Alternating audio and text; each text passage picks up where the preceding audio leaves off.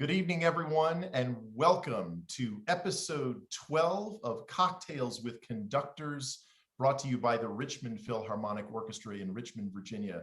My name is Peter Wilson. I'm the music director of the Richmond Philharmonic, and I'm so pleased to welcome back to the show our assistant conductor of the Richmond Philharmonic. Hello, Will Patty. Good to see you, buddy. Hey, Peter. Welcome, everyone. Nice to be here again. Good to see you all here. Wonderful to be here again. Peter, I'd like to take a quick moment to thank a few of our longtime supporters before we go any further. We'd like to thank the Virginia Museum of History and Culture for several years of support, the Virginia Department of Veteran Services for several years of support, Town Bank, 15 years of support, Vogue Flowers for 30 years of support, and also Team 30 years. And also you can visit www.richmondphilharmonic.org/donate to make a donation to keep music alive in RVA. And also, hey, Twitch, hey, YouTube followers, how's it going? Nice to see you here tonight as well. Absolutely. I wish I already had a cocktail, Will, so I could say cheers to all of our patrons and all of our supporters and sponsors. Wow, it's so great to be here with everybody. I can't believe we are here in episode 12 already. My goodness. Well, we are, of course, continuing to celebrate Women's History Month here. We're closing out in grand fashion. We just came off of a great episode 2 weeks ago with a member of the orchestra for the first time, John Turner, who played some Scottish and Irish fiddle for us, which was just really exciting.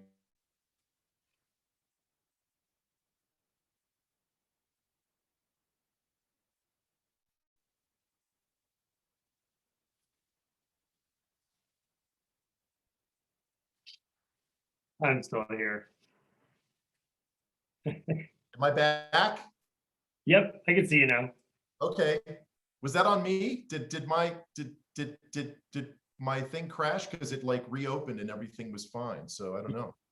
Yeah, I think it was just you for a little bit. I think it's okay though. The virtual world is accepting of all of these things. Yes, we all know. This is pretty crazy. Well, I've decided that I'm going to broadcast from a different place in every episode from now on. So right now I'm actually broadcasting from Mount Shasta in California, and the map is behind me. This is Mount Shasta here, and Nice. And I'm right here in the town of Mount Shasta. So it's really exciting up here.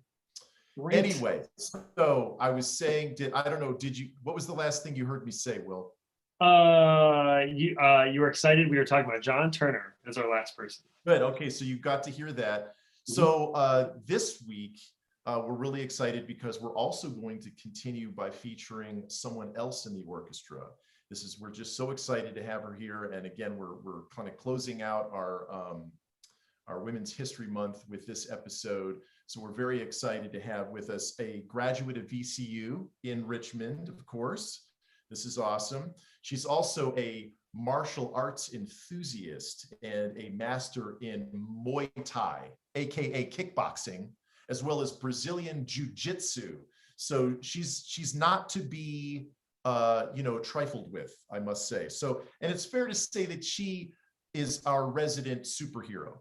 Would that be a fair statement? Okay. So she's our resident superhero, but most importantly, she is our new concertmaster for the orchestra. So yes, in addition to all of those amazing things that she does, defending and fighting crime, she is an amazing violinist and our new concertmaster. Would you please welcome Marissa Resmini? Hello. Hey. Hi. Thank you so much for having me. You bet. Thank you for being here.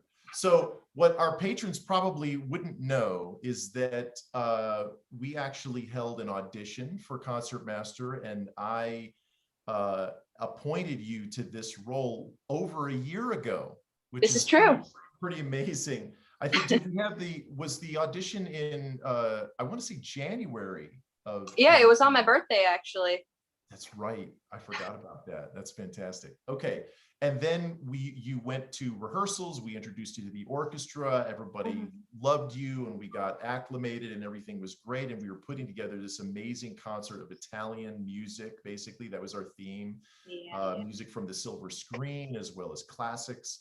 And I was playing accordion. then, Oh my God. That's right, you were Pretty playing awesome stuff. Will, Will's debut is still pending on the accordion on the stage. It's true.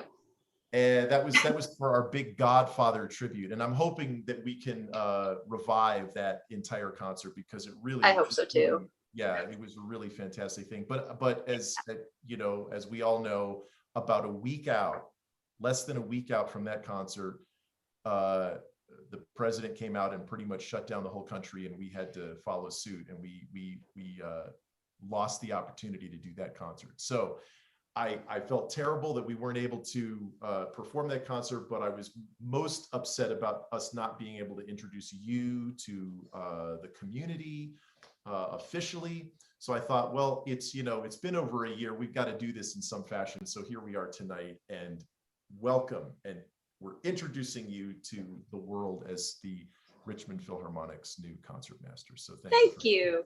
I'm happy to be here. Yay. I also want to thank you right up front for everything that you've been doing during the pandemic on behalf of the orchestra. Especially, we've had these vaccination centers out at the Richmond Raceway, and you've been so kind as to go out and actually play and put groups together to play on behalf of the Richmond Philharmonic, really to comfort the folks there that are kind of worried about the as we all are, about the virus itself, but also about the vaccine and things like that. So you've done just an amazing service, a community service, and we really appreciate that. My pleasure. It's mostly been amazing to just go out and play music again. Right. And also many of our patrons would probably recognize you from the videos that you did over Christmas and New Year's on behalf of the RPO too. So thank you again for that. It's just been you just dove in, hitting the ground running, and we couldn't thank you enough for that. So many thanks. So this is going to be our Meet the Concertmaster episode here, episode 12, but it's also kind of I would say our episode celebrating superheroes. You're our resident superhero, of course, but let's also dedicate this show to the superheroes in our communities, which are the first responders and all of the doctors and nurses who are helping take care of this virus. I think that's absolutely an important thing to point out. Okay, so without further ado, let's get to the big thing at hand, which is each of us has a superhero cocktail this week. So Marissa, you are on. Talk to us about your cocktail. All right. So one of my favorite superheroes is Batman, and I was perusing the internet and I found this amazing cocktail called the Bruce Wayne. And the name certainly caught my eye, but it also combines three of my favorite things: Batman, bourbon, and coffee. So what we're going to do is we're going to take 2 ounces of bourbon. I got my little thing right here, and I'm using Buffalo Trace. And yeah, shut up for the good stuff just for this. That's really nice bourbon. Talking about. Oh yeah, that's great. Yeah, Will. By the way, Will, I think someone mentioned to me that maybe we could write off as a tax write-off all of the alcohol that we've had to purchase for these shows, because holy cow. Welcome to the last conversation I had with my wife about what we're spending money on. nice. You've got little ones at home, you've got little mouths to feed, and not with bourbon, by the way. All right, here we go. Unless they're sick. Okay. All right, so we got 2 ounces of bourbon, and then you want to take some chilled coffee. I'm using this nitro cold brew stuff from Kroger. I like it. I played around with some flavored coffees, and surprisingly, if you can find a mocha flavored coffee, it works really well. So we're just gonna add some of that in. Oh, we're doing the guessing game. I love it. Oh yeah. And then for a touch of sweetness, you want to add some maple syrup. Oh yes. So I can't help but wonder if maybe like we could replace this with like agave or something. I don't know. I haven't tried that yet. Okay, and That's then a great idea for replacing agave if you're out of agave, but you have maple syrup. I gotta remember Yeah. that. That's a good one. so we're gonna shake it up.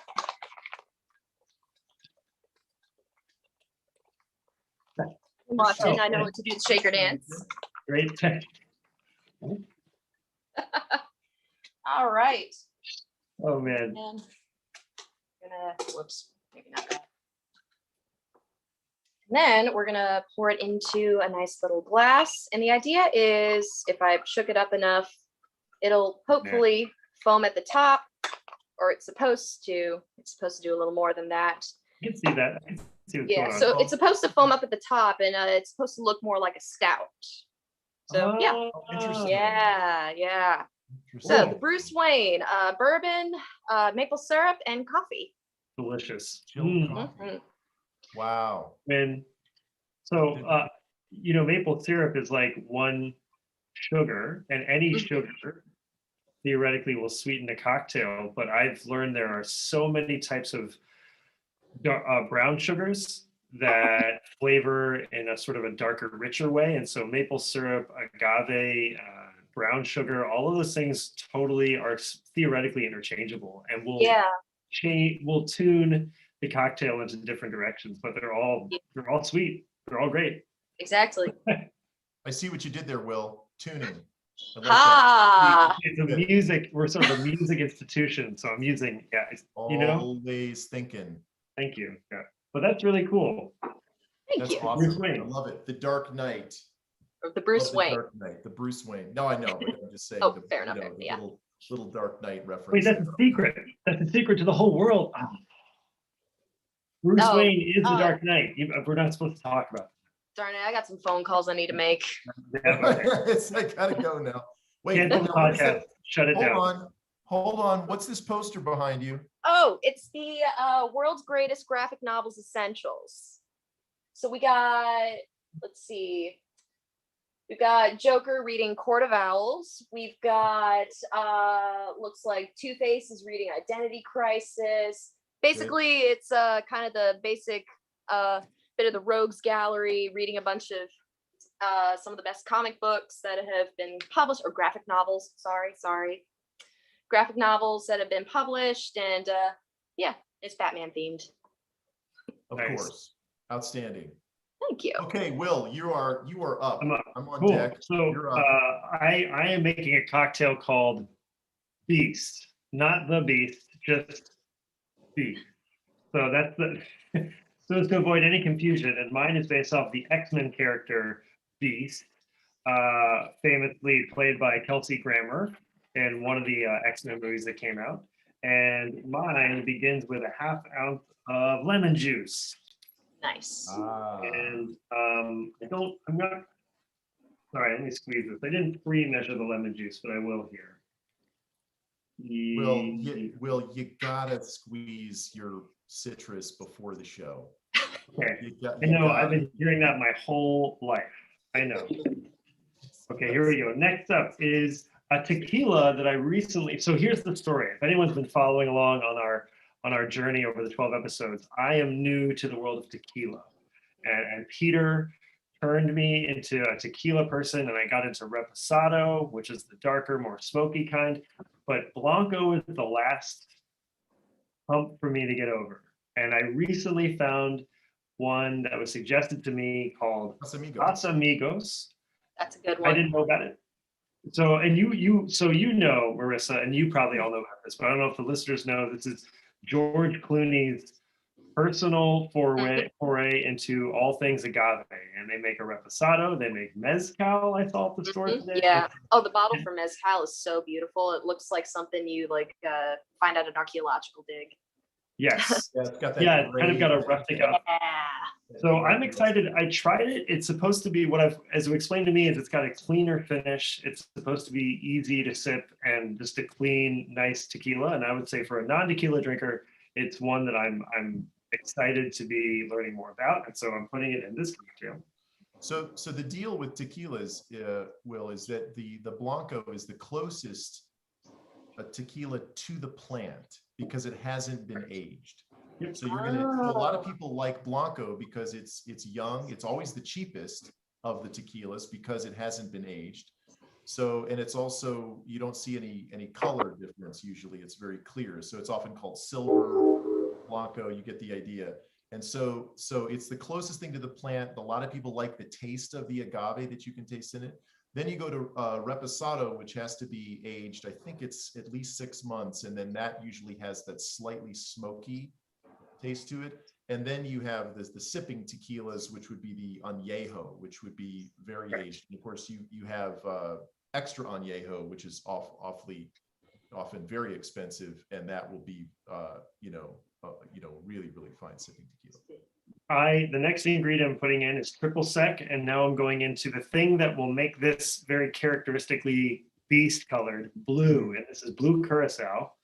And if you don't know it, it's a sweet citrusy blue drink that comes from Amsterdam, and I got it for that drink that I made about the Marine guy. Oh yeah. Well, I got it with some sort of crazy thing, and I've been looking for other cocktails that I could use it in. So my next ingredient, last one, is dry vermouth. I'm going to shake it all and then put it into a cup. And hopefully it will be the color blue. And if it's not the color blue, I have my Nalgene bottle right here in case I need to make it look blue. Nice. Even though it doesn't come That's out. a good backup. Thank you so much. You got to be prepared. Bravo. You never know. Bravo. He'll be here all week. Really excited for this one. I should probably put some ice in there. That's what I'm going to do. So another fun fact, George Clooney sold the company after it became like insanely popular, and it's actually one of the more popular and successful tequilas, believe it or not.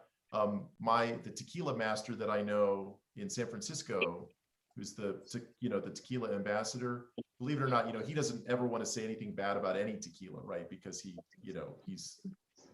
trying to promote tequilas, but he has said that one of the things about the George Clooney Casamigos that he thinks probably makes it so popular is that they've added some sugars to it. So it tends to be a little bit on the sweeter side, which make it great in drinks, by the way. So I love Casamigos, but it's that if you're a purist in the tequila world, sometimes they kind of stick their nose up at it a little bit. But oh, isn't that beautiful? Ooh, look at that. Very Beast. nice. Really nice. Standard to beast. It's like they worked on that to make sure that it was just the right shade of blue, just like Beast is. I think you could even go bluer. I have lots of thoughts about these superhero cocktails we've been looking up. So you can go ahead. Go ahead. I'll try this. Cheers. Cheers. Yeah. So this is not to be confused with The Beast from the M. Night series of Unbreakable, Split, and Glass, which are phenomenal movies, by the way. I love those. I haven't seen them yet. Admittedly. Unfortunately, I am. You have to see. You got to see Unbreakable. That's the best one, as is often the case in trilogies. But anyway, it's very, very, very, very good. Okay, so last but not least, I will be making Iron Man. Nice. Hey, no. Yeah. Okay. So this one, of course, in the spirit of really both of your drinks, where there was a color element involved that kind of matches the character itself. This has, if I'm going to do this right, it has the look of the final. What did he call it? Cherry red. Wow, there was a kind of a red that he called it, that he wanted to paint the suit, the Iron Man suit at the end. And I can't remember what he called it. I don't know. Yeah. It was from one of his race cars that he had. I can't remember now. But anyway, there's obviously that, and then there's the gold. So we're going to have this sort of gold, orangey gold color and red colors to it. So what we're looking at here is, and I'm going to go backwards from, because our wonderful mixologist, Sophia, who created our signature cocktail back in December, the Immortal Beloved, talked to us about going in reverse order. And that's actually how this drink has to be made in order to do stacking. This is the first time I've made a drink where stacking is actually, the look of it actually is just as important as in the creation of the drink. So I have to pour these ingredients in very slowly over ice. So I have my tall glass. I'm going to fill it with ice here. Good luck, Peter. Thank you, sir. To the drum roll. Yeah, you know, because everything else that I've made up to this point has either been stirred heavily or shaken. Yeah. And so that makes it a little easier on some level, right? Right. Okay, so we've got our glass full of ice. And then grenadine, which is for the red. And this is a really special, wonderful grenadine, which is fully made of the pomegranate. So it's going to have that pomegranate color to it. And this should so sit 1 ounce nicely at the bottom. This should sit nicely at the bottom, Yeah, because it's thick, right? Okay, so 1 ounce. Got my jigger. Oh, that's sweet. Slowly, and just spilled half of it over. There, yeah, there it is. Will the elevation at where you're at right now play a factor in this? Oh, that's a How good high point. are you? I know. Well, I'm not at the top of Mount Shasta. I'm at the bottom, so we're probably okay there. All right, fair enough. Okay. Okay. Next, and I love that we're using this liqueur because this was introduced last week by John Turner. Yeah, cool. Drambuie, Ooh. which is the Isle of Skye, the Scottish liqueur. Okay. Nice. This also will be 1 ounce, or 1 part, as we say, because you can Drum make roll. any various That's nice. sizes. Slowly. Oh, good. So it stayed on top. Awesome. Stayed on Nice. top. We're doing okay. And now for the gold orangey element here, or at least one of them, 2 ounces or 2 parts orange juice, which Okay. gives us the wonderful Delicious. little citrusy element here. Woo. Gentle. Now we're talking. Isn't that beautiful? Can you get your camera?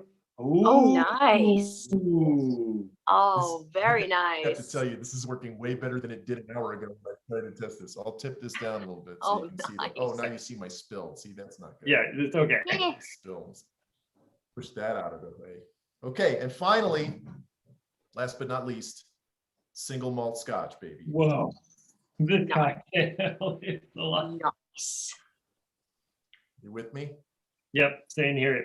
This is amazing, This- Peter. I really now, hope this I'm going works. to be, in the interest of full disclosure, there are many, believe it or not, Iron Man drinks out there. Hmm. Some of them had vodka in them, and I chose this one partly because of the look and how beautiful it is. And look what I did. Got my little garnish. Nice.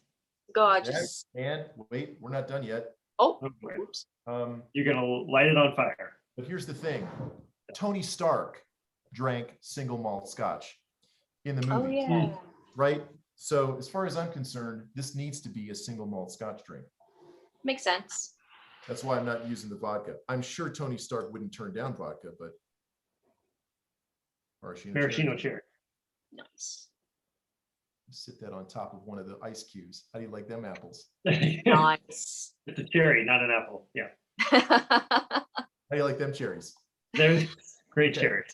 Great cherry. So I'm wearing a shirt that I thought Tony Stark might wear. Okay. Yep, And then that is a I Tony didn't Stark. have the appropriate Iron Man shirt. However, Oh boy, in what's the Marvel happening? universe, I thought Oh, wow. that this might be appropriate today. A lot of There you theater. have it. A lot of Ladies theater. and gentlemen, the Iron Man. And cheers. And Cheers. cheers. Phil, and thank you, Marissa, for being here. Outstanding. And thank you for being See our you. concertmaster. Mhm. My pleasure. Oh, whoops, I almost forgot. Huh? I was supposed to stir this. Oh, but the layering was really cool.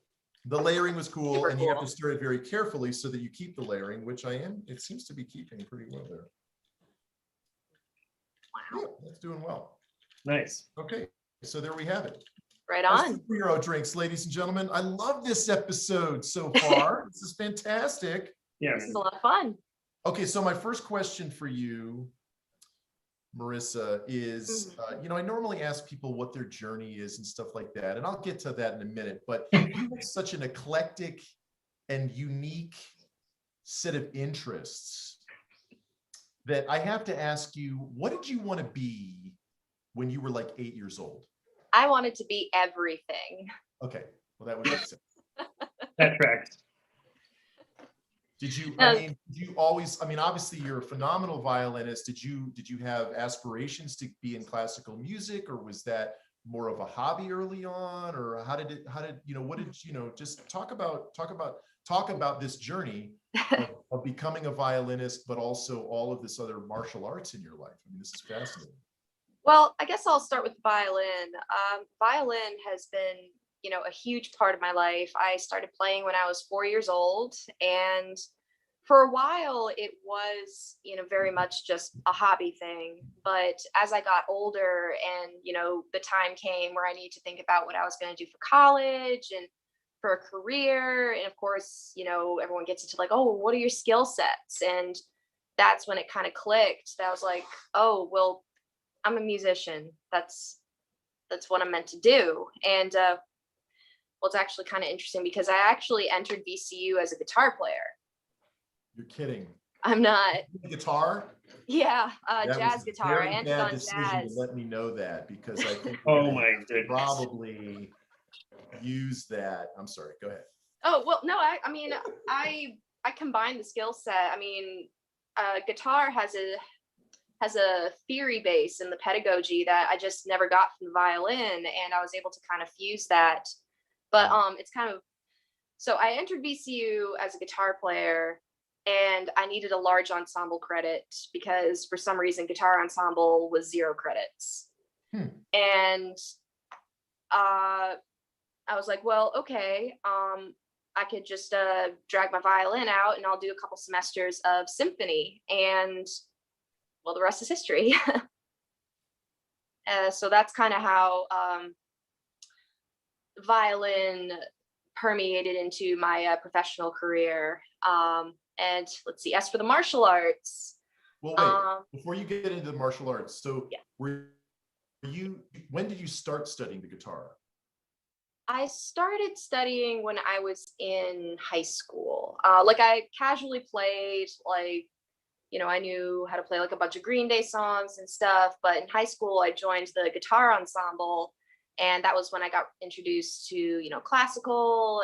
And when I was about to go into 11th grade, I did the summer residential governor school down at Radford, and that's where I learned that's where I started learning jazz, and that's what led me on the path to VCU. Oh, that's great. So really, but you really had no intention of continuing with the violin other than maybe it being a hobby when you got into college? Is that the idea? Yep. Okay, so it just basically flipped over, and so then were you basically? Yeah, pretty much.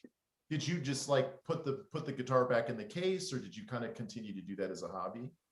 I still continue to play guitar as a hobby. I'm in a band called Larceny, and we're signed to East Coast Entertainment. And I'm kind of I do a bunch of things for Larceny. I play violin, I play guitar, I also play piano. So but that is kind of my time to, like, you know, bust out the guitar and, you know, jam and stuff. And of course, I also teach guitar as well. Awesome. Do you teach violin as well? Absolutely. Awesome. Awesomeness. Okay. So now the martial arts journey, when did that begin? So that also kind of began when I was a child. I did Taekwondo when I was a kid. I got a 2nd degree black belt. Nice. And yeah, it was a really fun time. And after a while, you know, I just kind of wanted to do something else. And I did other sports throughout the years. Like I was always a very athletic kid, but nothing hit the same way that martial arts did, pun intended. Yep. Appreciated deeply. Thank you. And when I got to college, you know, I wanted a new hobby to do. And I figured, oh, well, I should get back into martial arts. I really enjoyed doing that. And around that time, that was when Ronda Rousey came to prominence in the UFC. And that got me thinking, like, oh, what about like the MMA type of sports, boxing, kickboxing, jiu-jitsu?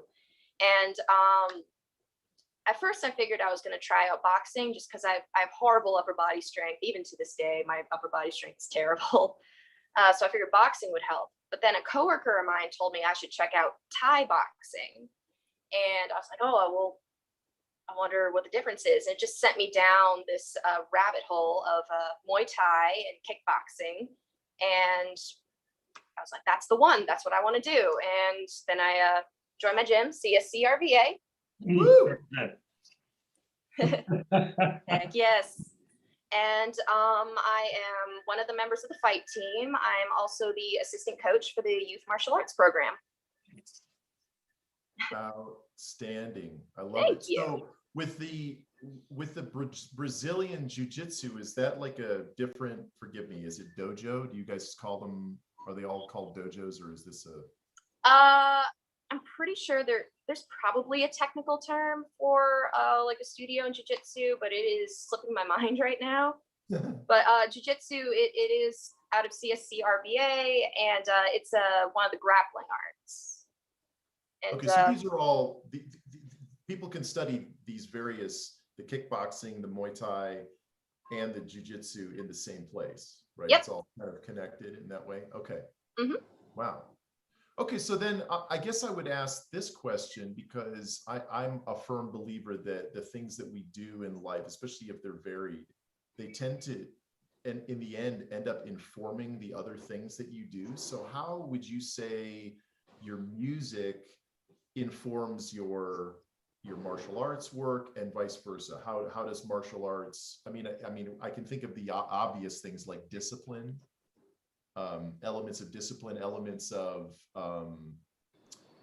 muscle memory, because you're probably doing certain drills, certain ways, so that when you're in a fight, I would imagine things happen in a sort of Zen kind of, oh, this combination's coming at me, so you go bing, bang, boom, right. wax on, wax off, right? The whole, right, that whole thing. And that there's an element of that obviously in music, that we practice scales so that they become mindless, so that when a scale appears in front of us, we're not having to think of each note, but we just can play the scale, right? So how in that way has martial arts informed your music, and vice versa? Well, that pretty much hits the nail on the head right there. That whole, okay, good night, everybody.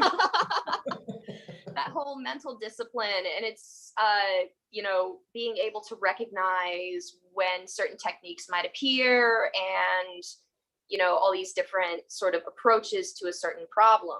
Like for example, like I mentioned earlier, I have terrible upper body strength, and therefore, and I'm more of a kick fighter. My boxing could always use work. So whenever I'm sparring, I try to go out of my way to try and throw more boxing techniques, in the same way that maybe, say, I'm playing, a concerto, or maybe something we're working on for Richmond Philharmonic. It's not about just running through the entire piece. It's about going into those individual sections and perfecting, like, okay, this is what's wrong. This is what needs to be fixed. This is how we can do it. Because, when I'm sparring with my teammates, we're not just bludgeoning each other. We're actually like trying to be like, okay, I know so-and-so is trying to work on, defending kicks. So I'm going to try and throw more kicks. They know that I'm trying to work on boxing. So they're going to try and, get into close range. So it's all about like being able to identify what exactly it is that you're working on, how you want to approach fixing it, and how that complements your overall style. Interesting. Is a major part of practice with martial arts sparring, or what role does sparring play in the would it be at all okay to liken it to playing a duet with someone on an instrument, or it's a kind of a different thing? Well, it's like, or a dance an partner? easy comparison to make would be sparring is like the lab portion of a science class.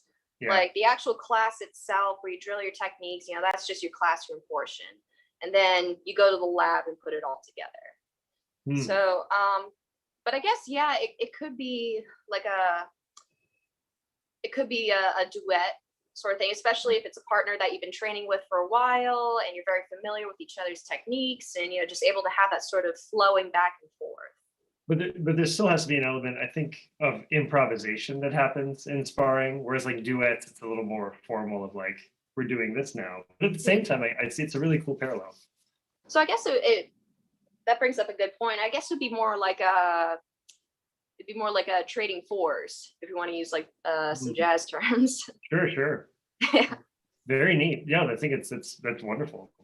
Thank you. So I would imagine that, you do this training, you do your classes, you do your sparring, and then at the end of the day, I mean, part of this obviously is art, right? And, Absolutely. it's about building strength and health and all of that stuff.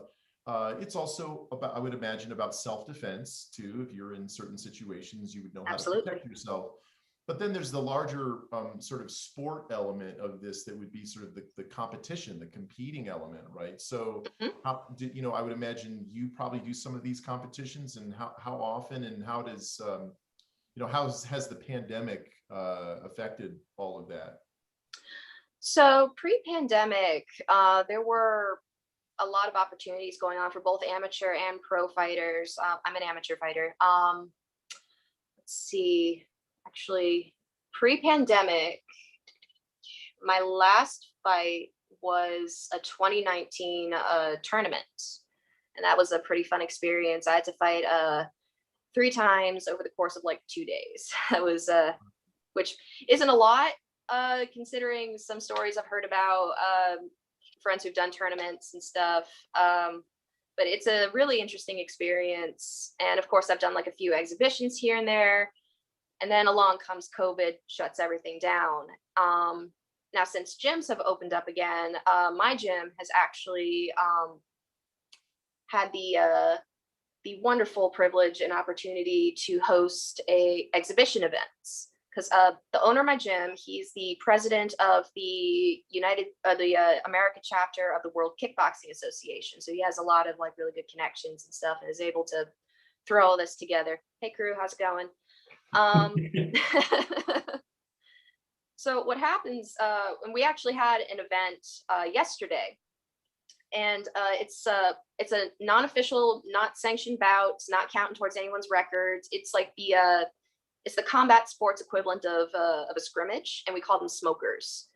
Yeah. And basically, it's just a couple of gyms, mostly from the like DMV area, but we got a few people that come down from Pennsylvania and Connecticut and stuff like that. And we all just come together, get matched up, and punch each other in the face. There you go. Yay! Maybe we should, Will, what do you think? We should maybe create a scenario during like the breaks in orchestra for some sections, the brass and percussion to spar. The first rule of Richmond Philharmonic Fight Club is we don't talk about Richmond Philharmonic Fight Club. Right. Okay, that's right. Sorry. I mean, come on. What if we called the program "Brawl in the Concert Hall"? Yeah. Brawl in the Concert Hall. So it got me thinking here. To Will's point about a duet, or maybe even a more more connected analogy might be a ballet or having a dance partner and something like that. Yeah. I would imagine that just like in jazz, where you have the trading 4s and 8s, you've got your jazz element that's improvisation. I'm thinking now also that there are so many careers for martial artists in movies where it's really actually choreographed. Like I would think, I'm just going to throw out a franchise, John Wick, right? So you would imagine that these guys, really high-end martial artists who've been training for years, probably did a lot of sparring, probably did a lot of tournaments. Oh yeah. They get steered toward this because there's probably really good money in it, because people love seeing fight scenes like this in movies. But that's all choreographed, right? Have you ever thought about being involved in something like that, where you're actually, okay, it's really like dancing, right? I mean, it's entirely worked out. I actually have given it a lot of thought, because pre-pandemic, I was very involved with playing music for the Richmond theater community, and just being around, all these actors and like seeing how the theater stuff all works. It did kind of get the gears turning, like, oh, I could feasibly get into stunt work. And I'm actually, I got excited when you brought that up, because beforehand, you and I were talking about Falcon and Winter Soldier, you know the main bad guy is like an ex-UFC fighter, right? Yes. George I St. Pierre. recognized him. I totally did recognize him. George St. Pierre. He's like one of my all-time favorites. Oh my I was gosh. watching him with my sons and I was like, I think this guy's a cage fighter. He is. Is that what one of the best. I knew that. I knew that. I was like, I totally recognized him. That's so funny you mentioned that. Yeah, I mean, these guys must get a ton of offers like that because there has to be big money in that, which is fantastic for people in the martial arts, right? I mean, because you can't, especially since, I mean, on some level, you're not making contact, right? So it's actually safer. So you're probably making more money, but you can do it for longer, right? Because you're not. That's a really good point. I actually didn't think about that. In the head all the time, right? You're making it look as though you're hitting somebody in the head. I just watched the original Rocky movie from 1976. Oh my gosh! For the first time in like probably 20 years, and I was laughing at like how, you know, they try to do the camera angles where they're punching and then some, you know, it goes like this and you see it like totally miss, but okay, it's fine. You know, you just like, there's so much better, you know, directors are so much better with managing all of that. Yeah. Okay, so let's turn to your work as concertmaster and all of the wonderful years I hope that we have to collaborate together. I'm so passionate about the relationship that there needs to be between the conductor and the concertmaster, and then the concertmaster and the orchestra. I sort of, when I talk to students, I talk about it being like a sports team, and that the conductor is the coach and the concertmaster is the team captain. That's a perfect analogy. You know, they have to, you know, everybody's looking up to the concertmaster for a lot of different things, not just, you know, where to come in, but also kind of how to be. The energy, I feel, is often really central to that. As having served as a concertmaster myself, I'm really cognizant of the importance of that. You know, you're a role model for everybody. You're somebody that people can trust and they can go to if they feel like, you know, the conductor is really intimidating for some reason. And, you know, but then, you know, there has to be that wonderful relationship too, where the conductor can feel like they can pull the concertmaster aside and say, hey, you know, what can I be doing better here so that the ensemble is responding better, you know, that kind of thing. So there can be these kinds of relationships. What kinds of experiences have you had as concertmaster? I know you did this, I think, at VCU, right? Mm-hmm. Yep, that is correct. So, you know, I want to hear about your experience there, but also, you know, maybe some of the crazy experiences that you've had, or you know, what do you not want a conductor to do when you're serving as concertmaster? Let's go there. Let's just what do I not want to conduct publicly right now? Here we go. Oh my gosh. Let's see. What do I not want to? Okay. Don't change the Boeings in public, right?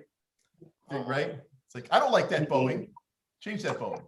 I mean, stuff like that, you know, that wouldn't really. I mean, as a conductor who's a string player, I try to be pretty sensitive to that sort of thing. If I have a Boeing, like a really passionate idea about a Boeing, I'll usually talk about it at the break, like with the concert, and say, hey, I really like this idea of all downs in a Berlioz, you know, like in Symphony Fantastique, you know, could we do that? And then you might be like, no, that's a really dumb idea. No, or what, you know, you just kind of, you know, you have this kind of a dialogue, but I would never be like on the podium going, yep, that's a bad Boeing. Let's change that to this, right? Because then it undermines. All right, fair enough. I guess that would be kind of a, that's bad. That's undermining the concertmaster's role, I think. So I try not to do that sort of thing. Well, I wouldn't necessarily see it as undermining, but I don't know. I guess maybe because on the one hand, you know, as the conductor, I feel, you know, you're entitled to your opinion, and if you want to express something, you should be able to. Yeah, you really caught me off guard with that question. I'm sorry. We could frame it in the positive and say, like, what is that you are looking for? What's the best thing you're looking for from the conductor usually? And I think rehearsal, I mean, also for everyone else who's not in an orchestra, a lot of our work is done in the rehearsal. The performance is almost in a way a choreography sometimes, which is a lot different than a real fight, actually, where a fight is kind of mayhem. But like we are preparing a performance, we kind of as performers know what's about to happen. But I think in the rehearsal, we know how we want it to go. That's right. Whether it actually happens that way is another story. And then, Well, yes. So I guess with it being phrased like that, communication, being able to just feeling comfortable to have an open dialogue, it's probably most crucial. Because I mean, it's going to be difficult for me, just because I can be an anxious person sometimes, and if I feel like I can't communicate with my conductor, that will be a huge hindrance to how I'm able to help out with my section. Absolutely. So having that good line of communication, which I like to think you and I have definitely established, it's very much an importance to me. Yeah. You can stop typing in the chat now, Marissa. I'm really tired. All right, fair enough. It's like, gosh, geez, let me just it's just going on and on and on. I just clicked open the chat, and the first thing I saw was Orchestra Fight Club. Well, that's what we're establishing now. We need to do a concert called Orchestra Fight Club, and it's going to be John Turner on a Scottish fiddle fighting the Irish fiddler or something, or jazz fiddler maybe. Ooh, oh, I see what's happening here. Yeah. Oh, I hear what you're saying, and I think that if I had to pick one word to describe that relationship, it would be trust, right? Absolutely. It's I'm going to trust you to lead your section, lead the string section as a whole, and the orchestra as a whole. There are a lot of people that make the mistake of thinking that the concertmaster is just the leader of the strings. And it's not true. They're really the leader of the whole orchestra. And that was actually that was literally before the word concertmaster came around. The name of the person in that chair was called leader for many years. And of course, the conductor actually also evolved from the concertmaster chair as well, because back in the day, the concertmaster would pick up the bow and cue. That was the baton, if you will. And start the orchestra, and then sit back down, or they might be standing or whatever with no conductor, and everything was, but as the orchestra grew in size, it was obviously and obviously the orchestrations started to become more complex. It was understood that we needed to have someone actually not playing who could, be a traffic cop essentially. But it never, in my opinion, should that have ever been, that evolution should have ever been at the expense of the role of the concertmaster. And that's where that value, I think lies. And it's interesting, if you go to Europe, they'll often, the importance of the concertmaster is so great that the concertmaster will actually walk out first, will literally lead the entire orchestra out onto the stage, as opposed to we do it, which is typically the concertmaster comes out last, because it's sort of the dramatic effect of, hey, we're going to start and we're going to tune and all of those kinds of things. I mean, that's what our audiences in America typically are used to seeing, which I don't oppose to, because I think it's fine. But it's like a different way of honoring the position, for sure. Yeah. I've had some of my most helpful moments on the podium in rehearsal have been when concertmasters have even stopped me and been like, hey, this is not working for us over here. I think what you might want to try doing is this. And at the moment, as a conductor, very often we're kind of like, let me get through this section, let me make sure this is happening. And then all of a sudden to have the concertmaster, it's just lovely to have a concertmaster and then just being so accepting, like, absolutely, wonderful, how can I help? And every time it always makes it better. But as a conductor, I will always defer to a concertmaster's, especially, there's so many things that they can hear that I may be missing in a moment, but I definitely love being open and receptive to it.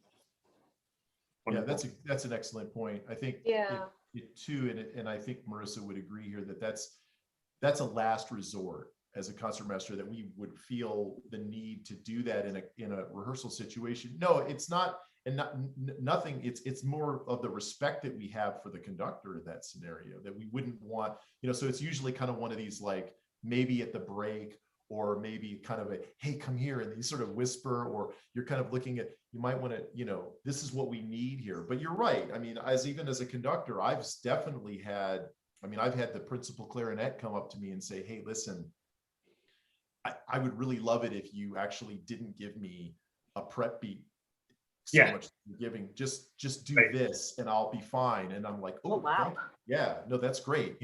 Because that's at the end of the day, we as conductors want to do whatever is making the orchestra members feel as comfortable as possible performing the music at the highest level that they can. So if we're in the way in any way, even though we might feel like textbook, well, this is how I'm supposed to cue that and this and the other, at the end of the day, none of that matters if you're not making people feel comfortable. So it's but it's as you said, Marissa, it's a dialogue. It has to be an open-ended dialogue. It's a work in progress all the time, and it's a chemistry. There has to be a wonderful chemistry.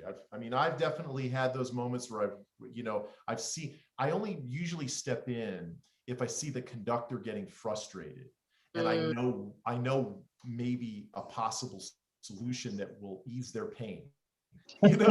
Like, hey, and it might have nothing to do with the strings. This is, again, the role of the concertmaster is sort of to be able to step outside the orchestra in a way that maybe the conductor hasn't been able to, because they're sitting here, look, why is this not working? It's like, hey, listen, you know what, the percussion you need to do this, and they're listening over here, and that's not working. So just cue that, and the percussion will be with it. And then they do it, and if it worked, it worked. And then it's like, then they look over and they wink at you, which is great. It's like, okay, you get the wink. Oh. I get a wink sometimes. Wow, yeah. The wink. Yeah. It's the wink from the conductor, like, hey, nice job, good to go. Right. Yeah. Well, I remember, like, I got kind of curious. I was like, okay, like, I know the role of the concertmaster is, to sort of be for lack of a better term, like almost a second in command almost. But I was looking up like a more specific definition of concertmaster, and the term that I saw, I want to say it was on a Berklee College of Music's website. They said the concertmaster serves as an intermediary between the conductor and the rest of the orchestra. And I was like, that right there is perfect. That's like the perfect word to use. Right. And that has to do that, and that relates to the team captain analogy, right? Because it really, I always feel like I want to have an open door policy, if you will, to anybody in the orchestra. But if you're really talking about protocols, the reality is that if people really have an issue with the conductor, they should be going to the concertmaster about it. Right. It could be any number of things. It could be musical, it could be an artistic thing. Right. But it also could be like a personality thing. It could be like, hey, you need to tell him that he can't point at me and tell me I'm playing flat. You know what I mean? Or something like that. People might feel weird. Well, I've played under conductors who felt no problem like picking out the person sitting second chair, third stand, and saying, you're behind. And that might be effective to some people, but I feel like embarrassing people is just the furthest thing from creating an environment that's healthy. So, but I will say that I think that the principal chairs in an orchestra can have a direct line with the conductor, primarily because they don't necessarily need the concertmaster as a middleman. In that sense of having to buffer something. It's like if the principal oboe really has a musical question, obviously right. That's a no-brainer, right? But if there is this, hey, we have a problem with the way the conductor is talking to us in rehearsal, or we have a problem with the rehearsal technique, or we have a problem with him or her going overtime, or whatever it is, into the breaks, or that needs to be managed through the concertmaster, the intermediary. So that's where I feel like that role can be like you're kind of HR, in some way, as well as which means you really have it's like a special kind of leader, right? You're an artistic leader, but you're also this kind of big sister to everybody. Aw. That you need to be, you know, because they should feel comfortable being able to come to you. And this is one of the things I'm so excited about having you on board, is that you have this really approachable personality. Oh, thank you. And at the same time, you are not to be reckoned with, because they will kick you. No. Yeah. So Yep. no, it's really fantastic having you aboard. And I'm so sorry that we weren't able to introduce you a year ago, but we will do so in the fall. I certainly hope so. I'm really looking forward to having in-person rehearsals again and just getting back to it, you know? Absolutely. Hey, Marissa, it's so great to see you. Likewise. I can't wait to be collaborating again. We should do some duets. Yes. Let's get some like LeClaire duets or something. Yes. Oh my gosh, let's do it. And we'll try to post those. Will, do you have anything as we only my continued appreciation for all you've been doing, especially with like vaccination clinics and keeping Richmond Philharmonic players interested and in the public. Thank you, and I can't wait to get back into that rehearsal space again. I've been dreaming about what that's going to be like, and it's a really exciting moment for everyone. Yeah, it's going to be emotional. I'm It really is. It really is. Like I am like prepared to cry on like the first night back. Totally agree. Yeah, I think I'm going to have to pick a special piece of music that maybe is not technically super demanding, but that we can all just kind of ease in with warmth, you know, just a musical piece that's like a big hug. Totally agree. I'm thinking of that might Nimrod. Be program, right? We just everybody's playing like slow thing and just let everybody just get it all out. Yep. This needs to happen. Nimrod. That's a good one. That's a very good one. That's a good one. It's been a while since I played that one.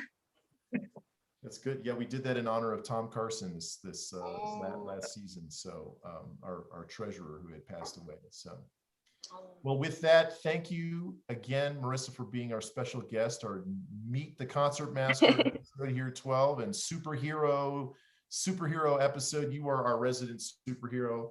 Cheers to you. Cheers. Thank you for having me. Your martial arts career as well as well. Oh wow, you're done. Okay, Will's done. Nice. I guess it's time to go, everybody. Let's play the Thank beat. you all for joining us. We'll see you in 2 weeks with episode 13. Take care, everybody. Bye-bye. Cheers.